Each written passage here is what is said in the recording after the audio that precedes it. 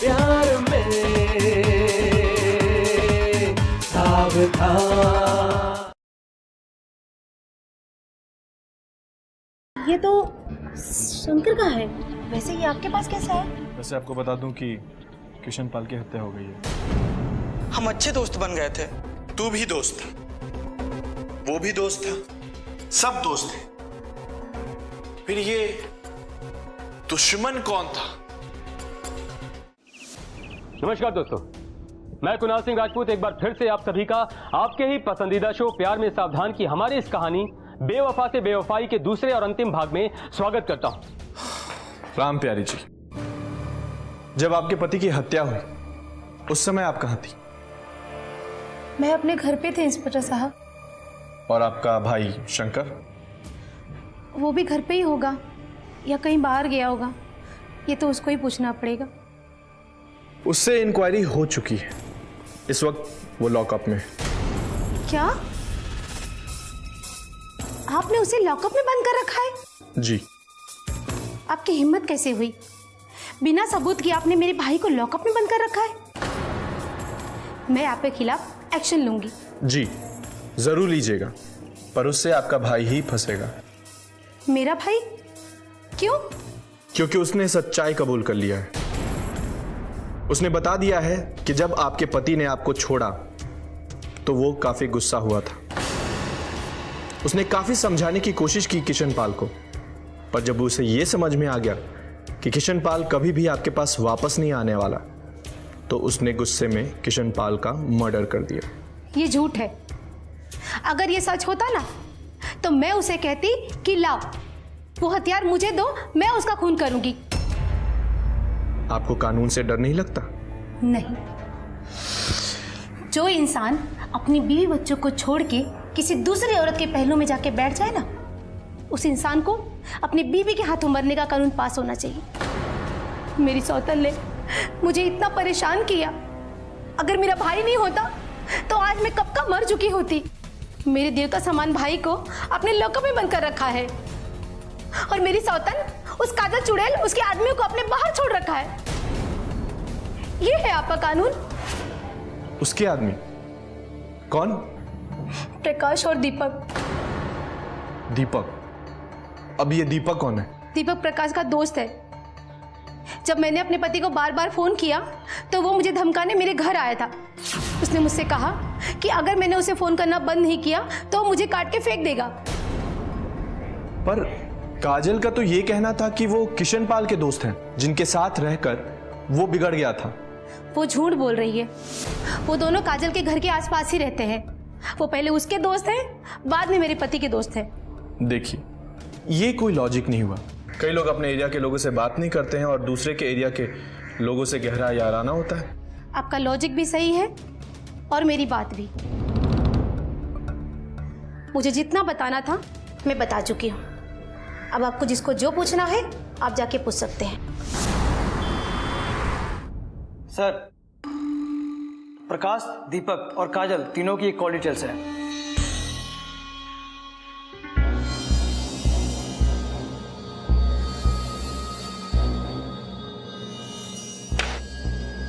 निशा। जी sir. Kishan पाल की हत्या से थोड़ी देर पहले काजल ने शंकर को कॉल किया और थोड़ी देर बाद शंकर ने किशन पाल को कॉल किया। उनकी थोड़ी देर बात हुई, उसके ठीक थोड़ी देर बाद किशन पाल की हत्या। समझी? नहीं सर। कहीं ऐसा तो नहीं कि काजल ने शंकर को कॉल करके कहा कि वो किशन पाल को कॉल करे, ताकि हत्या के बाद शंकर का नंबर रिकॉर्ड में आ जाए और पुलिस ये सोचे कि शंकर ने किशन पाल को कॉल करके बुलाया होगा और उसकी हत्या कर दी होगी। ये हो सकता है सर। और दूसरी तरफ काजल के रिकॉर्ड में दीपक और प्रकाश का कॉल सबसे ज्यादा है बजाय किशन पाल के। इसका मतलब राम प्यारी सही बोल रही थी। कि प्रकाश और दीपक काजल के दोस्त थे। ये हो सकता है सर।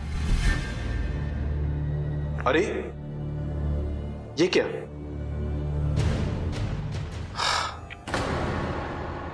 कल काजल के घर से निकलते ही जब हम प्रकाश से मिलने के लिए निकले, प्रकाश के यहां पहुंचने से पहले काजल का प्रकाश को कॉल गया। पर सवाल उठता है कि क्यों? कहीं ये बताने के लिए तो नहीं कि हम वहां आ रहे हैं? और अगर हां, तो काजल ने ऐसा क्यों किया? वैसे आप प्रकाश को कैसे जानती हैं? जी वो पांडे, यस सर। एक काम करो, मैं काजल की फोटो तुम्हें भेज रहा हूं। जी सर। तुम अंकुश नवल्टी जाओ, ओके सर। काजल की फोटो और चाबी का छल्ला दोनों दिखाओ और मुझे कॉल करो। इंस्पेक्टर साहब, आप यहाँ? क्या करें, जब हमारे पास दूसरा काम नहीं होता तो हम केस से जुड़े हुए लोगों के पास जाकर उनसे बातें करते, टाइम पास के लिए। सर, आपको बहाने की क्या जरूरत है? आप तो कभी भी आ सकते हैं। इसे अपना ही घर समझिए, हमें भी अपना ही समझिए। थैंक्स। आप जैसे मददगार लोग कहाँ मिलते हैं? मैं तो हमेशा ही कानून की मदद के लिए तैयार रहती हूँ।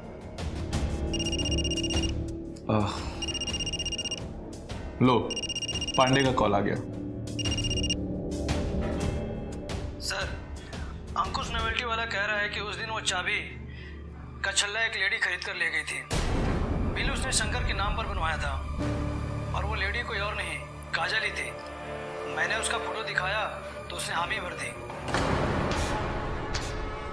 तो मुझे तो तुम पर तभी शक हो गया था जब तुमने शंकर के चाबी के छल्ले की बात कही थी कि वो छल्ला अंकुश नोवेल्टी से खरीदता है, और हो सकता है हाल फिलहाल में उसने कोई छल्ला खरीदा था। ये बात तुमने हमें इसलिए बताई थी क्योंकि छल्ला शंकर ने नहीं, तुमने खरीदा था, और बड़ी ही सावधानी से अपने पति के लाश के पास छोड़ दिया और रसीद शंकर के नाम का लिया, ताकि जब हम इंक्वायरी करें तो शंकर फंसे। और शंकर फंसा भी क्योंकि रसीद तुमने शंकर के नाम का लिया था। और दूसरा झूठ तुमने हमसे तब कहा था जब हम यहां से प्रकाश से मिलने के लिए निकले। तुमने कहा कि प्रकाश किशन पाल का दोस्त है। अगर वो किशन पाल का दोस्त होता ना, तो हमारे यहां से जाते ही तुम प्रकाश को कॉल नहीं करती। तुमने प्रकाश को कॉल इसलिए किया ताकि तुम उसे कह सको कि वो ये ना कह दे कि तुम तीनों ने मिलकर किशन पाल की हत्या की। चलो, बाकी बातें पुलिस स्टेशन में चलकर कर लेंगे। अरेस्ट है।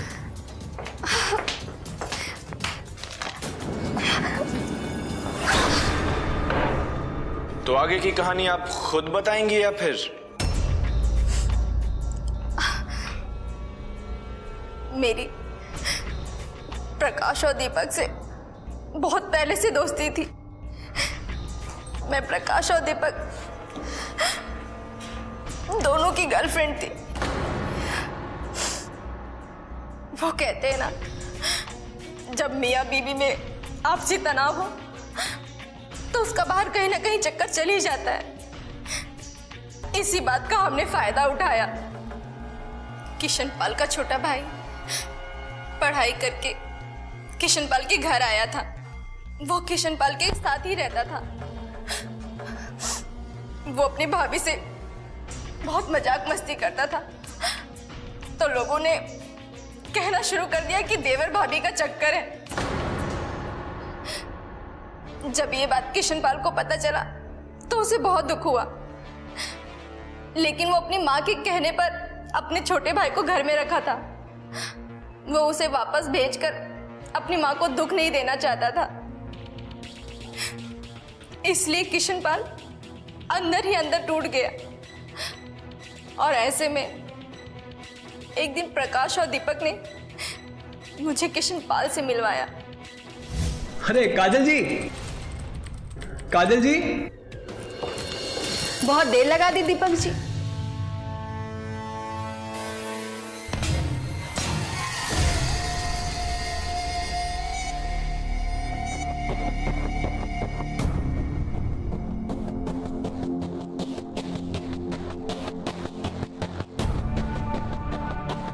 आपने बताया नहीं कि आपके साथ कोई और भी आने वाला था। अरे डोंट वरी यार, ये कोई पराये नहीं है, हमारे खास दोस्त हैं। और ये बाहर रेस्टोरेंट में बहुत गंदगी थी, इसलिए सोचा कि यहाँ बैठकर मीटिंग कर लें। बैठ सकते हैं ना? जी आप बैठिए, मैं कुछ लेके आती हूँ नाश्ता।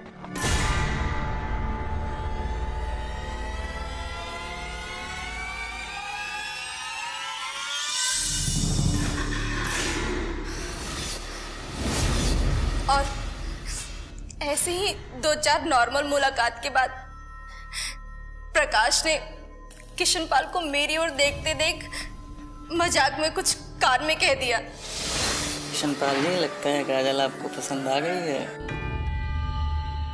हम जानते हैं दोनों के दिलों की बात। सर जी, मुझे तो लगता है काजल भी आपको पसंद करती है। एक बार कहकर तो देखिए। लेकिन कैसे? शर्माइए नहीं, एक बार कह के तो देखिए।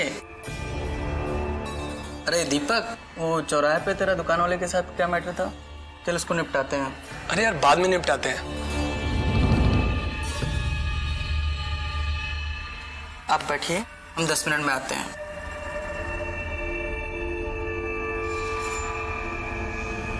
आप मुझे भी पकड़ लेंगे तो मैं बुरा नहीं मानूंगा। सच? मुझ पकड़ कर तो देखिए। प्यार में सावधान।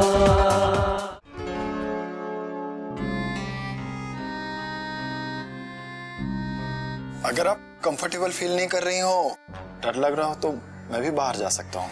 अरे अरे नहीं नहीं, ऐसी कोई बात नहीं है, बैठिए ना।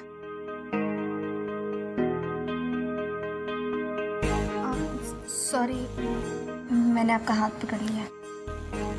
सॉरी किस लिए? क्या मेरा हाथ इतना बुरा आप पकड़ नहीं सकते? नहीं नहीं, ऐसी बात नहीं है, मुझे लगा कहीं आप बुरा ना मान जाए। बुरा? क्यों? आप मुझे भी पकड़ लेंगे तो मैं बुरा नहीं मानूंगा। सच? मुझ पकड़ कर तो देखिए।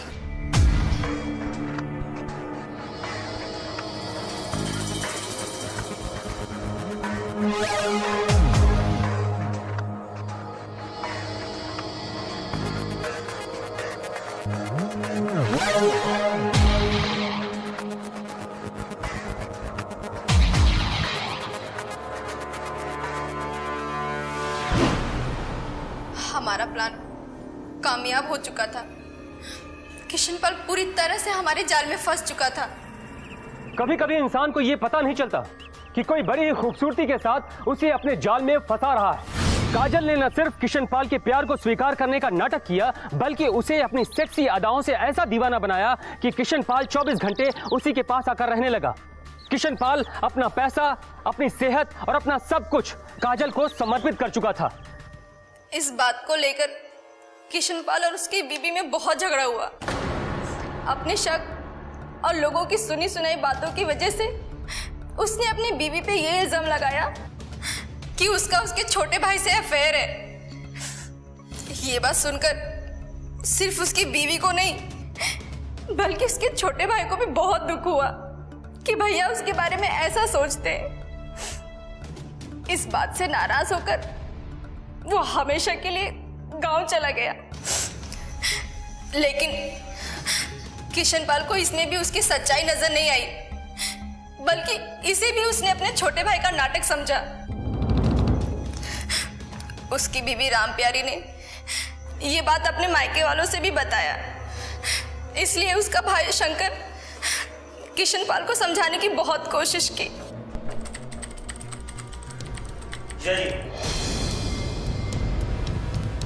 जय, मैं क्या सुन रहा हूँ? आप दीदी से नाराज हैं? मैं नहीं, तुम्हारी दीदी नाराज है। उसी का नाटक है ये सब। ठीक है, मैं समझाऊंगा उन्हें, पर आप घर तो चलिए। नहीं, मैं नहीं जाऊंगा। प्लीज जीजा जी, घर चलिए ना। बुलाना नहीं जाऊंगा, मतलब नहीं जाऊंगा। फिर मेरी दीदी का क्या होगा? बच्चों का क्या होगा? इतनी फिक्र है तो मायके ले जाओ, हर महीने आके खर्चा लेते रहना। जीजा जी, अब ये ज्यादा हो रहा है। क्या? क्या करेगा? हाँ, क्या करेगा? हाथ उठाएगा? हाथ उठाएगा अपने जीजा पर? जीजा अगर जीजा लायक ना हो ना तो हाथ उठ भी सकता है। अच्छा, उठा हाथ, उठाना हाथ, उठा।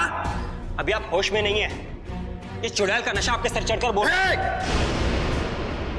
ढंग से बात कर, मेरी बहन जैसी है वो। बहन, आज शाम तक आपका इंतजार करूंगा, नहीं तो कल। नहीं तो क्या करेगा? हाँ, चले यहाँ से। जीजा जी, चलो, हट। उसके बाद भी शंकर ने अपने जीजा जी को समझाने की बहुत कोशिश की। किशनपाल मेरी दीवानगी में इतना डूब चुका था कि वो वापस घर नहीं लौटा। ऐसे में एक दिन जब वो किसी काम से बाहर गया था तो हाय, तुम्हारी याद में तो तड़प रहा हूँ आजकल। ये किशनपाल कमीना जल्दी बाहर जाता ही नहीं है।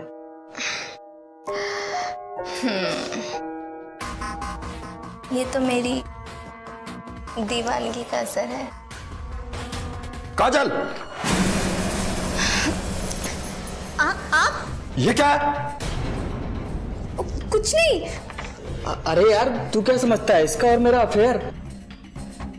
अरे मैं जब इधर आया तो ये तेरी याद में तड़प रही थी, और फिर उसके बाद ये बोल रही थी कि अगर वो होते तो मुझे बहुत प्यार करते। मैंने कहा कैसे, और मैं तो बस वो पैसे चाहिए थे 20,000 रुपए, वही लेने आया था। हाँ, ये ले 20,000। सॉरी, मैंने तुम दोनों के बारे में गलत समझा। अरे तुम जैसी घटिया औरत। बस अपनी जुबान को लगाम दो और अपने औकात में रहो। और तुमने कौन सी मुझसे वफादारी निभाई है जो मुझसे वफादारी की उम्मीद करते हो? प्यार में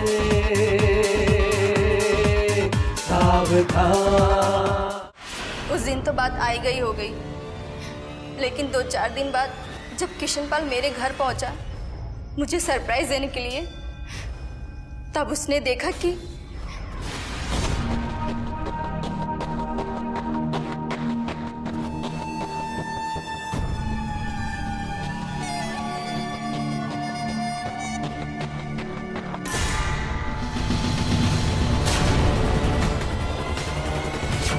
काजल, आप तो 2 दिन बाद आने वाले थे ना? हाँ, जिससे तुम प्रकाश और दीपक के साथ मजे कर सको। ये क्या कह रहे हो किशनपाल जी? जी। हाँ, प्रकाश जी और दीपक, वाह। अब ये मत कहना कि मजाक कर रही थी, बस मजाक मजाक में हो गया। अरे तुम जैसी घटिया औरत। बस अपनी जुबान को लगाम दो और अपने औकात में रहो। और तुमने कौन सी मुझसे वफादारी निभाई है जो मुझसे वफादारी की उम्मीद करते हो? और तुम हो कौन मेरे, और मैं हूं कौन तुम्हारी? हाँ, और तुम तो उस बेचारी राम प्यारी के पति थे ना? उसका तो किसी से कोई चक्कर नहीं था ना, वो तो पतिव्रता थी। तो तुमने उससे कौन सी वफादारी निभाई है जो मुझसे वफादारी की उम्मीद करते हो? और असली बेवफा तो तुम हो। और तुम जैसे बेवफा इंसान से बेवफाई की तो क्या गुनाह किया? तुम भी तो मेरे साथ ऐश कर रहे हो ना, तो जैसे तुम मेरे साथ ऐश कर रहे हो वैसे मैं भी इनके साथ ऐश कर रही हूँ, तो इसमें गलती क्या है? तुम भी बेवफा और मैं भी बेवफा, और बेवफा से बेवफाई की तो क्या फर्क पड़ता है? फर्क पड़ता है, मुझे फर्क पड़ता है, तुम्हें नहीं पड़ता तो क्या हुआ? कौन चिल्ला रहा है? किशनपाल जी, आप तो 2 दिन बाद आने वाले थे। अरे देखना, तेरे दोस्त और काजल क्या कर रहे हैं। हाँ पता है यार क्या कर रहे हैं। ये पहली बार नहीं हो रहा है।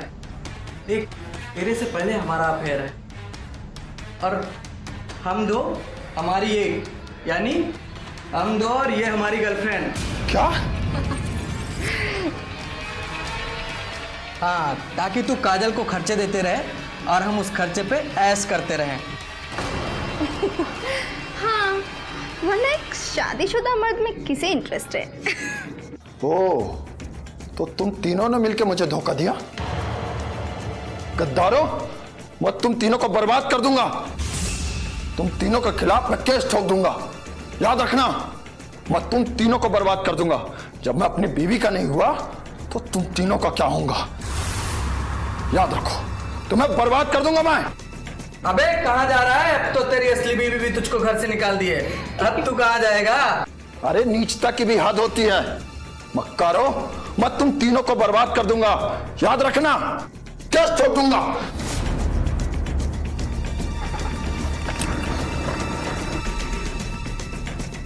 छोड़ूंगा नहीं सालों को मैं, गद्दार। मेरे साथ किया, छोड़ूंगा नहीं।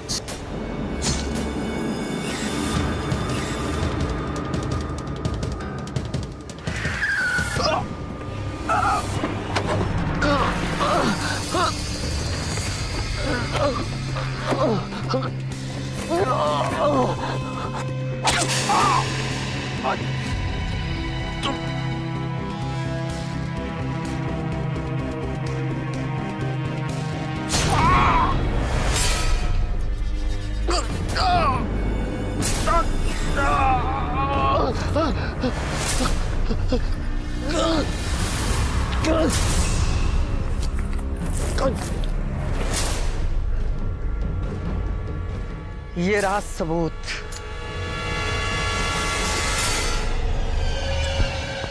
अरे ये चाकू निकल नहीं रहा। अरे क्या कर रही है? चल भाग जल्दी। अरे निकल नहीं रहा।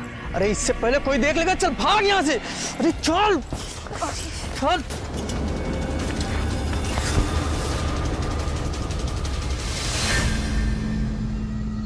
तुम दोनों ने आशिकी में क्या क्या खेल खेला। एक बेवफा ने अपनी जान गंवाई और तू कानून के हाथों अपनी मौत की सांसें गिनी।